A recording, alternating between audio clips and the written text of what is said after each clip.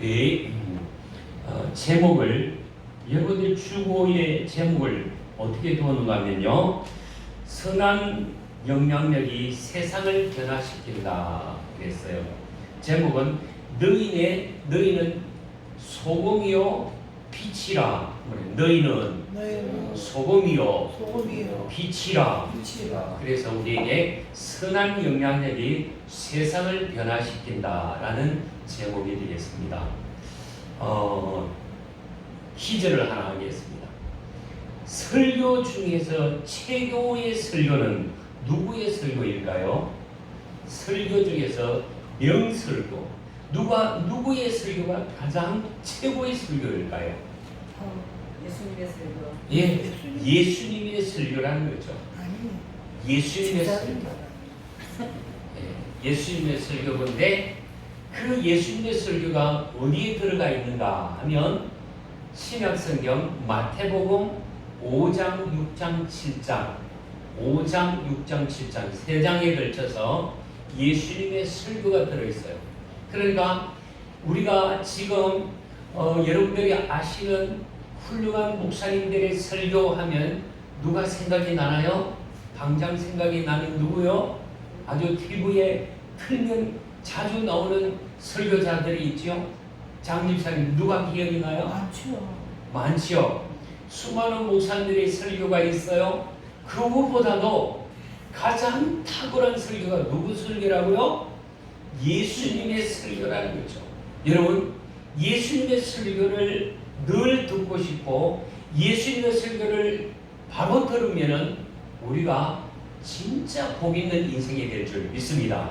그래서 답답하다 보면은 세상의 목사님의 설교보다는 예수님의 설교를 매일같이 듣거나 읽어가시면은 많은 힘이 되고 넘기게 될 줄 믿습니다. 그래서요, 이 교훈을 5장, 6장, 7장을 산상수훈 따라서 해봐요. 산상수훈, 산상보훈. 예, 아주 보배로운 교훈이라는 거죠. 아주 산 위에서 예수님께서 직접 가르치는 설교라는 것입니다. 그래서 이 설교는 수많은 무리들이 모이고 또 제자들 앞에서 예수님께서 설교하는 내용을 볼 수가 있습니다. 그래서 우리가 지난번에 연초에 그런 설교를 팔복에 대한 설교를 매주에 걸쳐서 팔복에 대한 설교를 했습니다. 그 이어서 이제 제 2번으로 13절에서 16절까지 오늘 본문의 말씀이 되겠어요. 그러니까 1절에서 12절까지는 천국 백성의 마음의 본질을 얘기했어요. 그 본질이 무엇입니까? 심령이 가난한 자는 복이 있나니 천국이 저희 것이고 마음이 깨끗한 자는 또 누구예요? 하나님의 아들이라 일컬음을 받을 것이다. 그러면서 우리의 8가지 복은 우리 천국 백성들의 마음 본질을 얘기했어요. 이제는 13절에서 오늘 16절에서 가장 첫 번째로 우리에게 강조되는 것이 무엇이냐면은 천국 백성들의 삶 가운데서 가장 기본이 될 수 있는 이 소금과 빛에 대한 얘기를 하고 있습니다. 우리는 늘 자주 들었던 얘기입니다. 자주 또 보았던 말씀입니다. 중요한 것은 우리에게 있어서 이 결론적인 부분이 뭔가 하면은 마태복음 이 마지막 7장에서 이 말을 듣고 지키고 행하는 자의 복이 무엇인가? 행치 않는 자의 모습은 어떤 것인가? 두 가지로 나눌 수 있는데 그때 말씀을 듣고 행하는 자는 반석 위에 뭘 짓는다? 집을 짓는 자요. 그렇게 했습니다. 그러나 이 말씀을 듣고 행치 않는 자는 뭐 한다고요? 모래 위에 집을 짓는 자와 같다. 그렇게 했어요. 그런데 문제는 집을 지었는데 창수가 나고 바람이 불고 홍수가 날 때에 어떻다고요? 반석 위에 지은 집이 든든하게 세워지더라는 거죠. 시련과 환난이 온다 할지라도 말씀 위에 반석 위에 세워진 그 집이 무너지지 않더라는 것이죠. 아멘. 그러니까 가장 중요한 것은 말씀을 듣고 뭐하는 자가 되어야 될까요? 지키는 자, 행하는 자가 되어야 될 줄 믿습니다. 오늘 본문에서 우리에게 들려주는 말씀들이 있어요. 그 가운데서 특별히 13절에 보니까 강조점 뭡니까? 여기에 보니까 소금이요 했습니다. 13절 너희는 세상의 소금이니 그렇게 되어 있죠. 너희는 세상의 소금이니 소금이 만일 그 맛을 잃으면 무엇을 짜게 하리요? 후에는 아무 쓸데없어 다만 밖에 버려져 사람들에게 쥐밟힐 뿐이라 그렇게 말씀하고 있습니다. 여기 강조점은 무엇이라고요? 너희는 소금이라는 거예요. 이는 소금이다. 여러분 나는 소금이다. 시작. 나는 소금이다. 셀이라는 소금. 나는 소금이다. 소금이다. 그 소금이 오늘 그 뒤에 강조점이 뭐냐? 만일 하면서 무엇을 얘기합니까? 그 맛을 잃으면 무엇을 짜게 하리요? 소금의 역할이 뭡니까? 가장 강조점은 맛에 있다는 거예요. 여기에 소금의 역할에 두 가지를 볼 수가 있는데 하나는 이 부패 방지에 있어요. 이 보존하는 데 쓰이는 소금이라고 할 수가 있어요. 그러나 가장 중요한 것은 소금은 뭐에 있다고요? 맛을 내는 역할에 있다는 거예요. 모든 음식을 여러분들 주방에서 이 요리를 할 때에 가장 기본이 뭐가 되어야 된다고요? 네, 소금 간이 잘 돼야 된다는 거예요. 소금이 없는 음식 참 먹기가 힘들어요. 근데 소금을 너무 많이 넣어도 문제가 돼요. 지난주에 콩국수를 먹었잖아요. 대승이가 어떻게 소금을 넣었는데 완전히 이건 간에 쩔어가지고 입에 대니까 이건 제 이 맛을 느낄 수가 없는 거예요. 아주 토해버리는 거죠. 우리가 진짜 중요한 것은 소금은 두 가지 역할 가운데서 더더욱 강조점은 맛에 있다는 사실을 믿으시길 바랍니다. 하다못해 우리가 늘 자주 마시는 커피에도 뭐가 조금 들어가면 소금이 조금 들어가면 특별한 이 맛이 있다는 거예요. 오늘 우리가 보는 가운데서 특별히 소금의 역할 가운데서 보존, 부패 방지. 저는 어릴 때에 어머님이 생선 장사를 하셨어요. 근데 저녁에 마무리를 질 때에 어떤 고기는 거기에다가 얼음을 가득 아이스박스에다가 요즘 같으면 냉장고에 넣어서 뭐 오늘 못 팔면 내일 팔겠다고 어디에요? 큰 냉장고에 다 집어넣어서 아무 걱정이 없어요. 그러나 예전에는 이 냉장고가 없는데 이 생선 장사를 할 때요, 진짜 아이스박스에다가 이거 소금 쳐서는 안 되겠다는 것은 얼음을 가득 사가지고 거기다 얼음 속에다 그 생선을 보존하는 게 있었어요. 나머지는 해가 지고 나면은 이 생선을 어떻게 할까요? 그냥 거기에다 특히 고등어라든지 깔치라든지 꽁치라든지 이런 것은요 여지없이 소금을 사가지고 거기다 팍팍 뿌려 넣는 거예요. 왜요? 더 이상 그 소금을 간을 재리지 않으면 어떻게 될까요? 썩어버리기 때문에 다 음식물 쓰레기통에 다 들어간다는 거죠. 그러나 소금간을 친 생선은 간절임이 해가지고 아주 이게 제대로 팔릴 수 있어요. 안동에 가면은 유명한 무슨 물품이 있어요? 그게 안동 강고도가 있어요. 장기장 아십니까? 안동 강고도.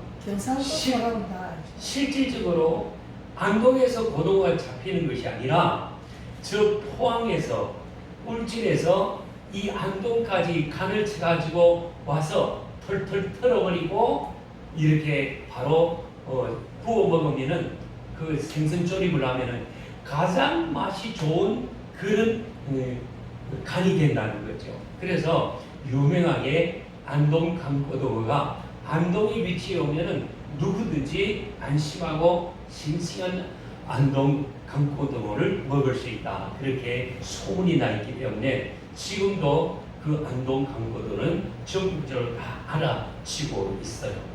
그러니까 이것은 소금이 무슨 역할을 한다고요? 부패 방지를 한다. 그리고 또 우리가 앞에서 얘기했던 가장 소금의 기능은 뭐라고요? 맛에 있다는 거죠. 맛의 역할이 있어요. 그렇다면은 이 신자의 역할이 무엇일까요? 바로 이 세상 속에서 도덕적으로 부패를 막고 진리를 맛보게 하는 데 역할이 있다는 거예요. 그러니까 이 세상이 부패되지 않도록 우리가 어떤 역할을 해야 된다고요? 소금의 역할을 해야 된다는 거죠. 그게 부패, 다른 건 다 썩어질지라도 우리의 소금이 우리가 들어가는 그곳에는 결코 부패되지 않고 부정부패가 일어나지 않는 역할이 나로부터 시작이 되어야 될 줄 믿습니다. 우리가 가끔 보면 이 소금에 대해서 긍정적인 요소가 있고요, 또 부정적인 요소가 있어요. 이 소금 같은 사람 하면 어떻게 될까요? 부정적인 요소는 이 짠돌이가 되는 거죠. 저 사람 소금 짜루다, 그런 얘기하고 있잖아요. 한마디로 뭡니까? 이 구두쇠다 할 때에 짠돌이, 구두쇠 이렇게 나온단 말이죠. 이건 뭐라고요? 안 좋은 부정적인 요소예요. 그러나 긍정적인 요소는 뭡니까? 저 사람은 꼭 필요한 사람이야. 긍정적인 요소가 저 사람 없어서는 안 돼. 꼭 필요한 사람. 아멘. 저와 여러분들 어떤 사람이 되어야 될까요? 그 사람이 꼭 필요한 사람, 이렇게 되어야 될 줄 믿습니다. 그리고 그 가운데는 긍정적인 사람은 조금 전에 얘기한 것처럼 맛을 내는, 세상에서 저 사람이 있으면은 참 이 살만다. 역시 저 사람은 우리에게 유익한 사람이야. 이렇게 되게 아이고 저 사람 보면 또 내가 무슨 손해를 볼 것인가 걱정이 되는 사람은 맛을 잃어버린 사람. 예수를 믿는다고 하면서도 불구하고 아이고 저 사람 저 믿을 사람이 어때? 이렇게 되면요 아주 버림이 되는 거죠. 세상 사람들도 인정하지 않아요. 네가 믿는 예수 안 믿겠다고 얘기하는 거죠. 그러나 우리가 제대로의 교체 역할을 하면은 저 사람처럼 우리가 한번 살아봐야 되겠지. 저 사람은 참 진짜 옳은 신자야. 그렇게 얘기하는 거죠. 바울과 이 바나바가 정말 이 안디옥에 가서 믿는 사람들의 도리를 제대로 행하고 그 속에서 바른만 옳은 행실을 하니까 이 사람들을 뭐라고 얘기하면 예수를 믿는 사람, 다시 말해 크리스찬이라, 크리스찬. 정말 그 사람들은 예수님처럼 사는 사람이다. 진짜 오늘 우리에게 얘기하는 예수님 자체가 뭐라고요? 예수님 자체가 소금이고 예수님 자체가 빛인 줄 믿습니다. 그것을 오늘 우리에게 강조하면서 너희는 첫째 이 세상에, 여기에 보니까 이 세상에로 있는데 원문에는 이 땅의 소금이다 얘기해요. 땅이 변질될 때에 이 변질을 막는 부분들이 소금의 역할이 되어야 된다. 그런 말씀을 하고 있습니다. 맛을 잃어버린 무엇으로 짜게 하리요? 그 짠맛을 대신할 수 있는 그 어떤 것도 없다는 거예요. 그러면서 실망하면서 에이 하고 어떻게 해요? 밖에 버린다는 거예요. 마치 뭐가 같지요? 모래처럼 돌처럼 갖다 내버린다는 거예요. 다만 밖에 버려서 사람들이 뭐 한다고 그랬어요? 밟고 지나갈 것이라는 거죠. 아주 무시해 버린다는 거죠. 옛날에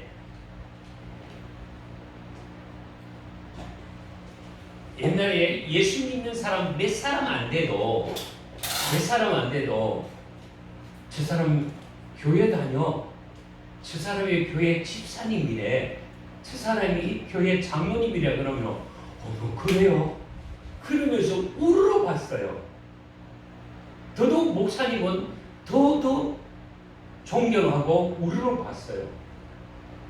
그 당시에 몇 안 되는 우리 초기에 지금 선교 130년을 지나는 이 과정 속에 우리가 너무나 많이 떨어져 있지만은 우리나라에 복음이 들어가고 예수를 믿는 사람들 몇 안 되지만은 그 사람들의 삶에 있어서 어떤 맛이 있었을까요? 진짜 소금 맛이 있었어요. 이 소금 맛은 귀하게 존경함을 받고 인정받은 그 시대가 있었어요. 그래서 교회 다닌다, 예수 믿는다, 집사님, 권사님이라면 야, 그래도 믿을 수가 있다. 그래서 때로는 이것저것도 마음껏 빌려주고 또 같이 공용하고 쓸 수 있는 그 사람의 말이라면 신용이 있었어요. 그런데 오늘날 우리에게 있어서 저 사람 교회 다니는데 저 사람 예수 믿고 집사래, 권사님이래 하면 누가 믿어주나요? 안 믿어주고 있어요. 저 사람이 교회 장로님이래, 저 사람이 목사님이래 해도 잘 인정을 안 해주는 시대가 오늘 이 시대예요. 왜 그럴까요? 맛을 잃어버렸어요. 인정을 안 해줘요. 어떻게 믿느냐는 거. 그러니 우리가 진짜 하나님 말씀, 예수님의 말씀대로 제대로 살지를 못하니까 세상 사람들도 인정하지 않고 마치 소금처럼 맛을 잃어버린 소금처럼 어떻게 해요? 쭉 밟히는 그런 오늘 현실이 되었어요. 오히려 세상 사람들이 우습게 여기고 세상 사람들이 교회 다닌다는 우리의 모습을 보고 정말 웃고 있다는 거예요.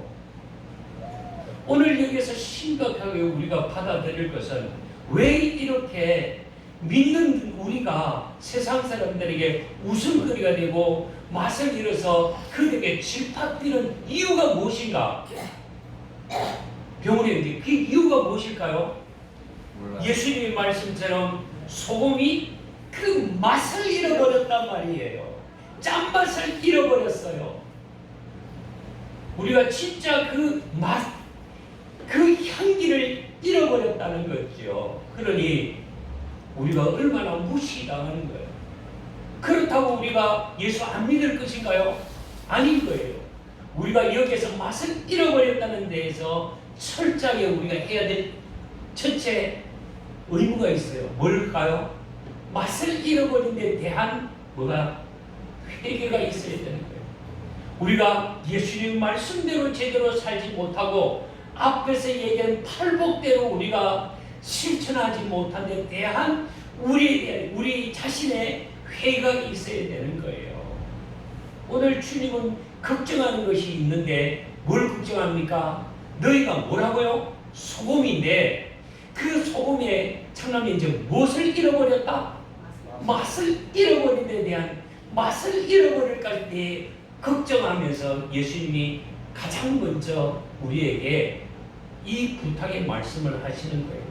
너희는 세상에 대한 세상에서 맛이 되라, 소금이 되라고 얘기하는 거죠. 그래서 맛을 잃은 이 소금, 신자가 세상에서 영향력을 잃어버리고 산다면은 어디를 가든지 인정받지 못해요. 비건한 하나의 예를 들까요? 약속. 믿는 사람들이 너무 이 약속을 안 지키는 일들이 있다면은 그거요, 세상 사람들도 인정 못 해줘요. 저도 목회를 하면서 다른 거는 몰라도 그 사람은 그 시간에 철떡까지 변함없이 그 자리에 앉는다. 이 사람이 진짜 믿음의 사람이에요. 신뢰할 만한 거예요. 덜쑥날쑥하면 그건 진짜 신뢰가 없는 사람으로서 세상 사람들도 무시해버리는 거예요. 오늘 우리들 자신들이 약속에 대해서 얘기합시다. 약속을 제대로 지키지 못한다면 어떻게 해야 될까요? 죄송합니다. 미리 선악이 있습니다. 그날은 어렵겠네요. 하고 사실 뭐라고요? 얘기를 미리 하고 그 얘기의 약속을 못 지키겠습니다 하는 거예요. 아멘? 그러나 약속을 지키겠습니다. 그날 내가 나가겠습니다 하면 적어도 실망시키기 위해서 실망시키지 않기 위해서 어떻게 해야 된다고요? 저는 적어도 보면은 30분 안에 적어도 15분 안에는 같이 가서 그 자리에 미리 가서 기다려주는 거예요. 아멘. 그래야 이 일을 진행하는 사람이 부담이 없는 거죠. 어떻게 모이자 그러면은 나중에 이거 진짜 이 예배가 될 것인가 집회가 될 것인가 막 이 마음의 갈등이 있다.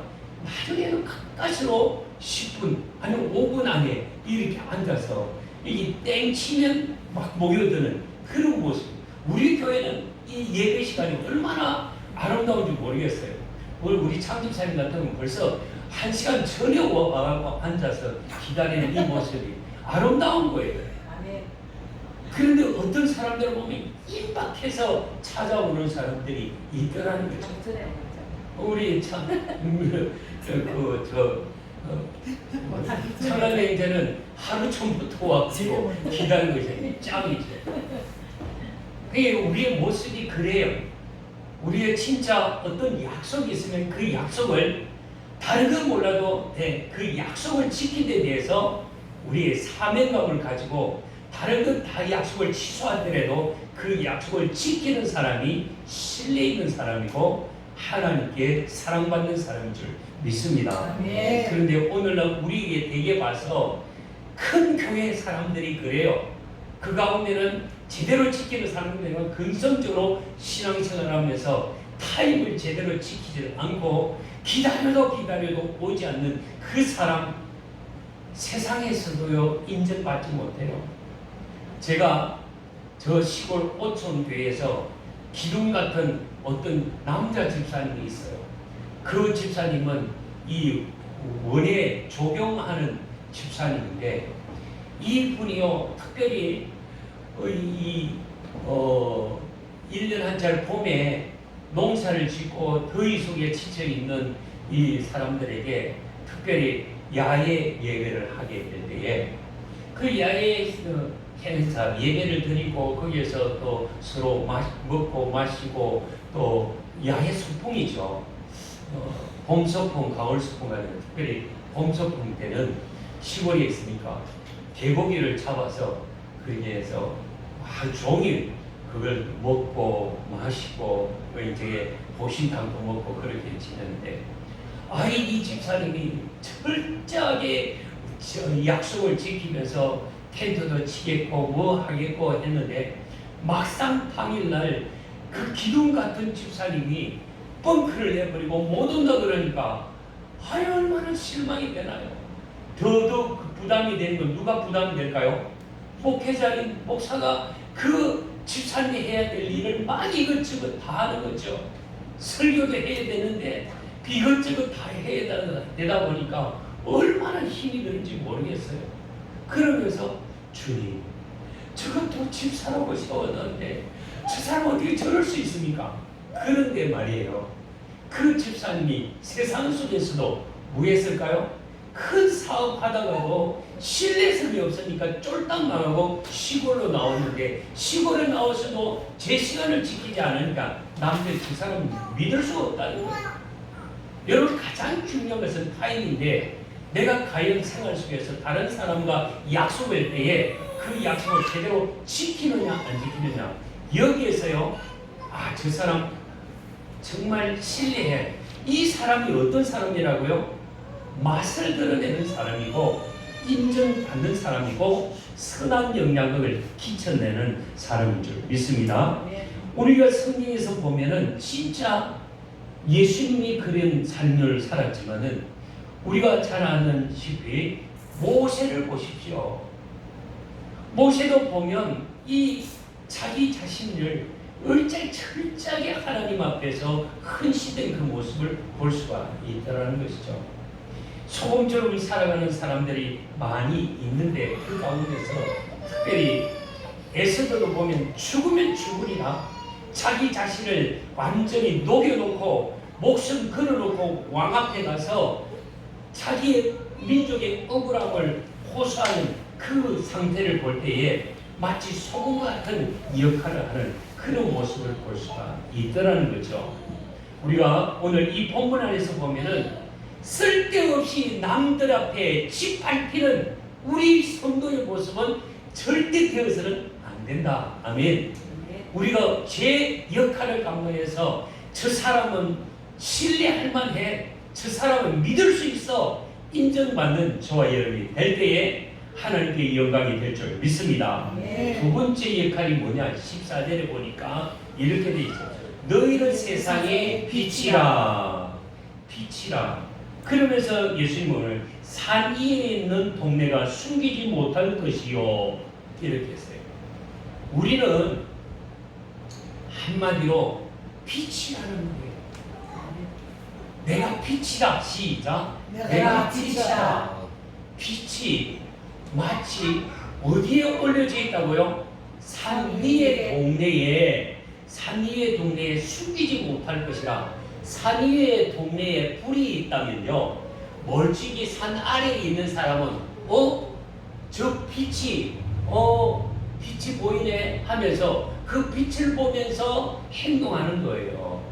마치 등대와 같다는 거예요. 우리가 배가 바다에 떠다닙니다만은 무엇 때문에 밤에 배가 떠다니죠? 등대가 있기 때문에 이 밤에도 그 빛을 보고 배가 지나갈 수 있다는 거예요. 그런데 이 등대가 높이 들려있는 이 등대가 불이 슬슬 약해가지고 희미해지면은 제대로 빛을 발하지 못하면은 이 배가 어떻게 해요? 사고가 나요. 충돌이 돼요. 이 등대의 역할이 제대로 빛을 환하게 밤중이라도 비추어줘야 된다는 거예요. 오늘 그와 마찬가지로 저와 여러분들은 빛으로서 이 어두운 세상을 환히 밝혀져야 된다는 거예요. 무엇으로 밝혀지느냐? 진리로 밝혀져야 될 줄 믿습니다. 하나님의 말씀으로 밝혀져야 됩니다. 말씀 따로 삶 따로 산다는 것은 그건 빛을 이룬 것이에요. 오늘 중요하게 우리가 다루는 이 빛의 역할이 뭐냐? 한마디로 어둠을 밝히는 데 있고, 하나는 방향을 정하는 데 있다. 방향을 제시하는 데 있다는 거예요. 우리 주변에서 가끔 사람들이 살기 싫어. 도대체 어떻게 살아가야 될지 모르겠어. 그런 사람이 있어요, 없어요? 있어요. 네. 어떻게 살아가야 될지 앞이 막막하다 할 때에 그들에게, 우리에게 삶의 방향성을 세워줘야 되는 거죠. 그 방향성이 무엇이냐? 바로 진리의 말씀으로 하나님의 뜻을 전하고 복음을 전하는 이 사명이 우리에게 있기를 주의 이름으로 축복합니다. 그렇습니다. 우리 자신들이 빛이라는 거예요. 어떤 빛인가? 우리 스스로가 빛을 드러내는 것이 아니라 우리는 그 빛을 받아서 반사체로 빛을 비춰야 될 줄 믿습니다. 그래서 하나의 자연적인 요소가 있잖아요. 햇빛을 누가 받아요? 달빛이 받아서 우리에게 보여지는 일이 있어요. 그러나 달 자체가 빛을 낼까요? 빛을 낼 수가 없어요. 달 자체는 누구의 빛을 받아요? 해의 빛을 받아서 지구가 그것을 보면서 만달 그리고 초승달 이 달을 보게 되는 것이죠. 그와 마찬가지로 오늘 우리도 달빛같이 그 태양의 빛, 예수님의 그 빛을 제대로 받아서 그 받은 빛을 이 어두운 땅을 밝혀나가야 될 줄 믿습니다. 달빛 가운데서 보면요, 최고 밝은 달이 언제일까요? 보름달이라고 얘기했잖아요. 보름달은 웬만한 큰 글씨는 밤중에도 볼 수가 있어요. 그마치 빛을 받은 우리는 받은 대로 이 세상을 비추는 역할을 해야 될 줄 믿습니다. 그런데 우리가 제대로 그 빛을 제대로 받지를 못하면, 그 태양빛을 제대로 받지 못하면 세상을 제대로 비출 수가 없는 것 아니겠어요? 그러니까 우리는 언제나 하나님의 말씀, 예수님의 말씀을 제대로 받아서 그 받은 말씀을 이 땅에서 실천해 나갈 때에 이 세상의 사람들은 저런 모습으로 살아야 되겠다라고 보여져야 될 줄 믿습니다. 그것을 빛으로 산 사람들의 모습을 우리가 참 많이 볼 수가 있는데 그 가운데서 우리가 노아를 볼까요? 노아는 시집가고 장가가고 정말 이 세상이 온 세상이 혼탁해져 있는 그때에 하나님께서 사람 지은 것을 한탄하고 있어요. 그런데 그 가운데서 유독 누구를 보고 있다고요? 노아를 보고 있어요. 노아를 통해서 노아야, 앞으로 이 세상을 내가 물로 쓸어버릴 것이다. 그러므로 너는 방주를 만들라.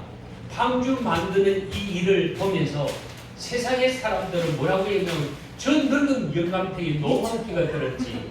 어떻게 배를 저렇게 만든다고 온 가족을 동원해서 날이면 날마다 그도 바닷가에서 배를 만든 것이 아니라 어디에였어요?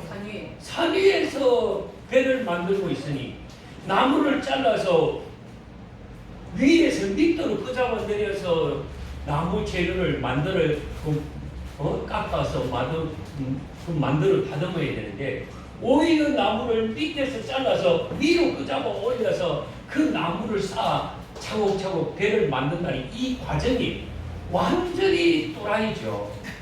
정상적인 사람이 아니에요. 그러니 세상 사람들은 도대체 믿을 수가 없다는 거예요. 저 영감이 저렇게 정신 나간 짓을 하는가 했더니 그것이 1년이 지나 2년이 지나 10년이 지나 20년이 지나 무려 몇 년 동안 그 배를 만들었다고요? 몇 년 만에? 120년 만에 그 나무를 해서 차곡차곡 그 배를 만들어서 다 만들고 나니까 그때서 하나님이 문을 닫으시고 그 엄청난 40일 40야를 쏟아붓는 비, 요즘에는 마치 이 창세기에 나오는 노아의 그 창대기처럼 마치 땅이 터지고 하늘에서 밖에서 물을 갖다 붓는 것처럼 한 시간에 무려 600mm가 쏟아지는 엄청난 물이 쏟아지는 일들이 있는 거 보면은 그런 물이 어떻게 해요? 40일 40야로 쏟아졌다면 이 세상은 다 무너지는 거죠. 마치 뭐만 남았어요? 노아의 방주만 둥둥 떠 있는 그 모습이죠. 세상 사람들에게 그 방주를 만들면서 여러분, 우리는 하나님의 심판이 있게 될 것입니다. 하나님의 생명의 말씀을 듣고 우리도 같이 방주를 만들어야 됩니다. 외치지 않았겠어요? 근데 세상 사람들은 다 미쳤다고 그 영감 얘기를 어떻게 듣고 우리가 그게 따를 수 있겠는가?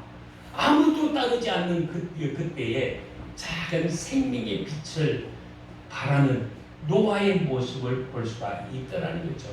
세상과 타협하지 않고 오직 누구의 말씀만, 하나님의 말씀만 주목하고 그 방주를 치웠을 때에 새로운 인류의 새로운 출발점이 노아의 가정을 통해서 이루어지는 것을 볼 수가 있습니다. 오늘 중요한 것은 이렇게 얘기합니다. 산 위에 너희는 24절에서 산 위에 있는 동네가 숨기지 못할 것이요. 예, 내가 예수 믿는 우리의 모습이 세상 사람들이 안 보는 것 같이 보이지만 다 우리의 모습을 어떻게 해요? 보고 있다는 거예요. 참 이게 두려운 거예요. 그 뒤에서 얘기가 이렇게 얘기하고 있잖아요. 15절 사람이 등불을 켜서 말 아래 두지 않냐고 올려볼까요? 15절 같이 봅니다. 시작. 사람이 등불을 켜서 말 아래 두지 아니하고 등등 위에 두나니 이러므로 집안 모든 사람에게 비추느니라. 예, 이 등잔불을 바닥에 내려놓는 사람이 어디냐? 바닥에 내려놓고 그 말 아래 둔다는 것은 이 책상 밑에 두고 두고 있다면은 그 온 방을 밝힐 수가 있겠는가? 그 등장불을 어디에요? 벽에 붙이고 천장에 붙여놔야 온 방이 환하게 밝히고 올 것 아니냐? 그 얘기죠. 그죠? 그처럼 오늘 우리의 위치가 어디에 있다고요? 이 등경 위에 있고 산 위에 있음을 믿으시길 바랍니다. 그래서 내가 예수 믿는다고 하는 그 순간부터 우리에게 뭐가 들어왔다고요? 빛이 들어왔고요. 우리의 모습이 세상 속에서 뭐가 되어야 된다고요? 어둠을 밝히는 빛이 되어야 된다는 거죠. 그 빛이 어떻게 해요? 어두움을 몰아내고 그 어두움 속에 환하게 그를 볼 수 있는 빛이 되어야 된다는 것이죠. 그래서요, 집안의 모든 사람에게 비치느니라, 모든 사람들을 평안하게 하고 모든 사람들의 활동을 이렇게 자유롭게 할 수 있는 등불이 되어야 되는데, 등불의 역할이 밝기가 약해지거나 그 등불의 역할이 땅에 떨어져 있으면 온 방이 어두컴컴해서 활동하는데 어려움이 있어요. 여러분 보십시오. 갑자기 집에 전기가 나가면 어떻게 되죠? 불안해져요. 밤에 불이 나가게 되면 어디가 어딘지 모르고 부딪히고 다치는 일이 있다는 거죠. 그렇기 때문에 이 불을 밝히는 순간 우리에게 뭐가 와요? 평안이 있고 안정이 찾아오는 거죠. 우리의 빛이 어둡다, 빛이 꺼졌다는 자체가 뭡니까? 늘 불안하고 두려워하고 걱정이 있는 거예요. 우리가 세상 속에서 그래도 어려운 가운데서도 그 어려움 속에서 빛의 역할을 감당하는 모습이 보여줄 때, 어떻게 그런 상황 속에서, 어떻게 저렇게 아픔 속에서, 어떻게 저런 질병 속에서 그래도 저 사람이 감사하고 저 사람이 웃는 얼굴로 지낼까? 거기에 하나님의 영광의 빛이 있다는 거예요. 우리는 때로는 건강이 약해질 수 있어요. 갑자기 사고도 당할 수 있고 어려움도 있어요. 그런데 빛이 있는 사람은 다르다는 거예요. 그 죽을 병이 있는 암병이 있고 죽을 병이 있는 여러 가지 질병이 우리 앞에 있다 할지라도 우리가 어떤 마음을 갖느냐, 어떤 마음이요? 빛을 가진 마음을 가지고 우리는 그 속에서 뭐 해야 될까요?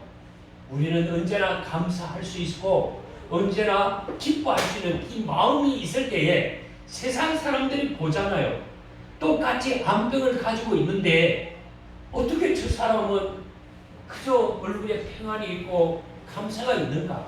찬송이 있는가? 뭐가 있기 때문에요? 예수가 있고 예수의 빛이 있기 때문에 그렇게 할 수가 있다는 게. 그러나 예수가 없는 사람은 어떻습니까? 늘 불안하고 걱정하고 하고 염려 끝에 어떻게 해요? 암에 갇혀서 결과적으로 죽고 마는 일이에요. 우리가 잘 아는 김동호 목사님, 날기세 하는 목사님 벌써 암에, 그분도 각가지 암병을 가지고 있잖아요.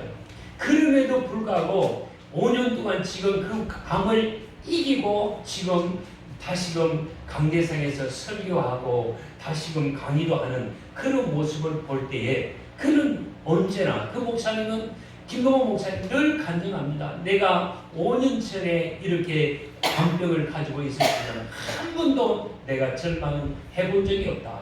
언제나 하나님 말씀 붙들고 하나님 앞에 기도하면서 감사하면서 지냈더니 하나님께서 나를 치료하셨다. 이 모습을 어떻게 해요? 많은 사람들이 듣고 보고 있는 것 아니겠어요? 오늘 우리 상황이 똑같아요. 세상에 어떤 사람은 못 살겠다, 힘들어 죽겠다, 걱정하고 있는 이들에게는 뭐가 없어요? 예수의 빛, 생명의 빛이 없다는 거예요. 그러나 예수 믿는 저와 여러분에 무슨 빛이 있어요? 예수의 빛, 생명의 빛, 구원의 빛이 있음을 확신하시길 바랍니다. 빛이 있는 사람이 어떻게 걱정합니까? 빛이 있는 사람은 어두움을 몰아내는 데 있는 것 아니겠어요? 세상이 어렵다 힘들다 할 때에 예수 믿는 우리를 보고 저런 상황 속에서도 웃을 수 있고 기뻐할 수 있고 찬송할 수 있는 그 모습을 보면서 역시 달라. 이것을 통해서 하나님께 영광을 돌리게 하라는 거예요. 오늘 결론적으로 16절 봅니다. 시작. 이같이 너희 빛이 사람 앞에 비추게 하여 그들로 착한 행실을 보고 하늘에 계신 너희 하나님 아버지께 영광을 돌리게 하라. 여기 보니까 너희 빛이 누구에게 비춰요? 사람 앞에 믿지 않는 세상 사람들에게 뭘요? 비추게 하라. 영향력이 있게 하라는 거예요. 그들로 착한 그들은 누굽니까? 세상 사람들로 보면은 너희 착한 행실, 우리의 행실을 보고 역시 믿는 사람은 달라. 역시 빛을 가진 사람은 확실히 달라. 삶의 가치관이 다르구나. 이게 보여져야 될 줄 믿습니다. 그들로 보게 하라는 거예요. 무엇을 보게 합니까? 착한 행실을 보라는 거예요. 오른손이 하는 건 왼손이 모르게 생긴 그 모습이 세상 사람들이 보여질 때 역시 다르구나. 이게 보여지는 거예요. 그런데 만일 내가 믿는다고 하면서 오히려 우리의 착한 행실이 아니라 어둠의 행실, 시기 질투하는 모습, 그리고 나의 유익만 취하는 그 모습을 볼 때에 세상 사람들은 뭐라고요? 아니다. 저건 가짜야. 저건 잘못 믿고 있어. 우리가 오늘 이 시대 앞에서요, 정말 목사님을 잘 만나야 되고요, 또 교회를 잘 우리가 바라봐야 될 거예요.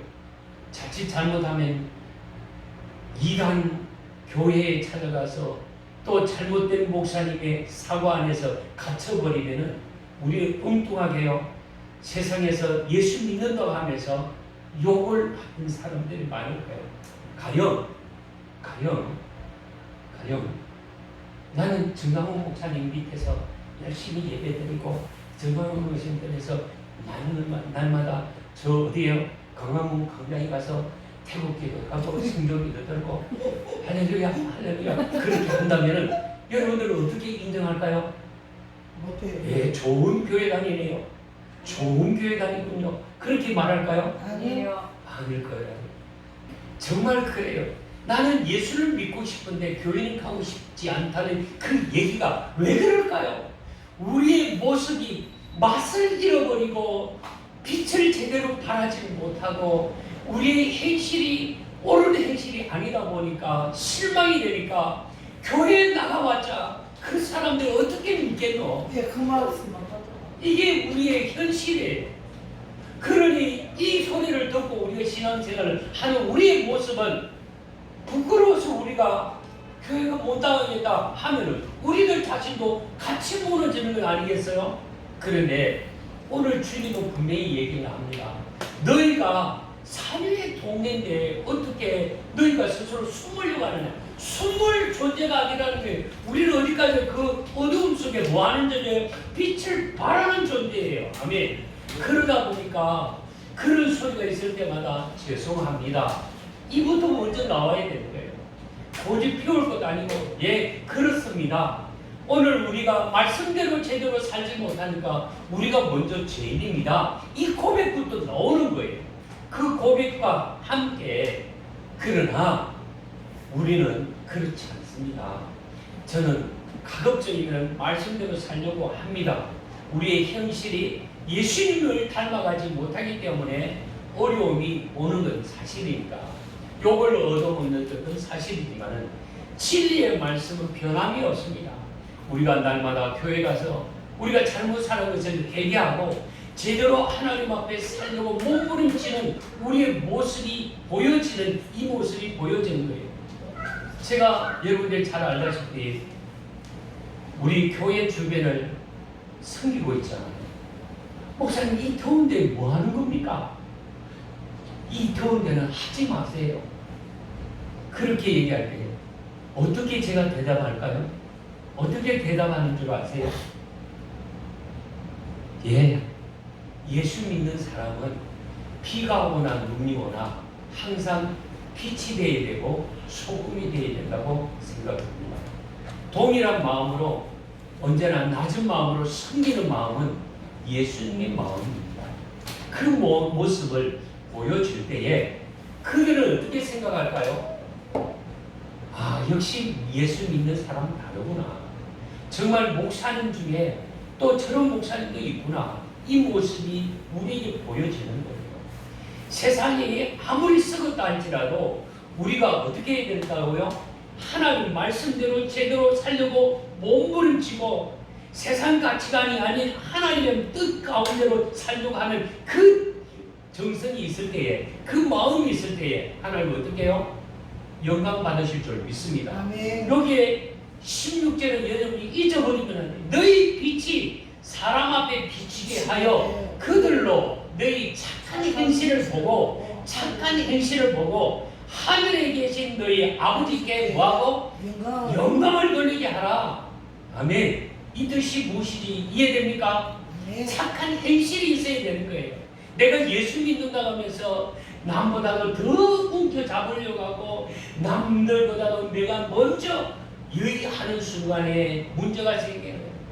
차를 타는 질서도 있잖아요. 병원에 이제 오늘 버스 타고 왔나요? 차 타고 올 때에 내가 차를 먼저 타는 것보다 나보다 약한 사람 없는가? 나보다도 어린 사람이 없는가? 나보다도 아픈 사람이 없는가? 먼저 태우고 내가 뒤에 타는 그 마음을 가지시기를 바랍니다. 이게 옳은 행실이에요. 차 왔다고 해서 나보다 먼저 타겠다고 하는 그 순간 우리는 맛을 잃어버리고요. 빛을 잃어버린다는 거예요. 내가 똑같은 일을 할지에 똑같은 상황이지만은 내가 먼저 뭐 하는 사람이 될까요? 섬기는 사람, 배려하는 사람. 그 사람이 빛을 발하는 사람이고 맛을 드러내는 사람이에요. 세상에 살맛없다고 하는 세상인데 그때에 나를 보면서 당신을 보니까 참 세상 살맛 납니다. 이런 모습이 보여질 때 하나님께 영광이 될 줄 믿습니다. 아멘. 너희 착한 행실을 보고 시작. 너희 착한 행실을 보고 하나님께 영광을 돌리게 하라. 아멘. 하나님께 영광을 돌리게 하라는 거예요. 오늘 두 가지를 얘기했습니다. 첫 번째는 나는 소금이다. 시작. 나는 소금이다. 두 번째는 나는 빛이다. 예. 빛 때문에 우리는 어떤 역할을 해야 된다고요? 우리는 착한 행실로 드러나야 될 줄 믿습니다. 아멘. 소금이 된 나는 어떻게 해요? 맛을 드러내는 제 역할을 감당하는 하나님의 사람이 되기를 주의 이름으로 축복합니다. 우리 같이 기도하겠습니다.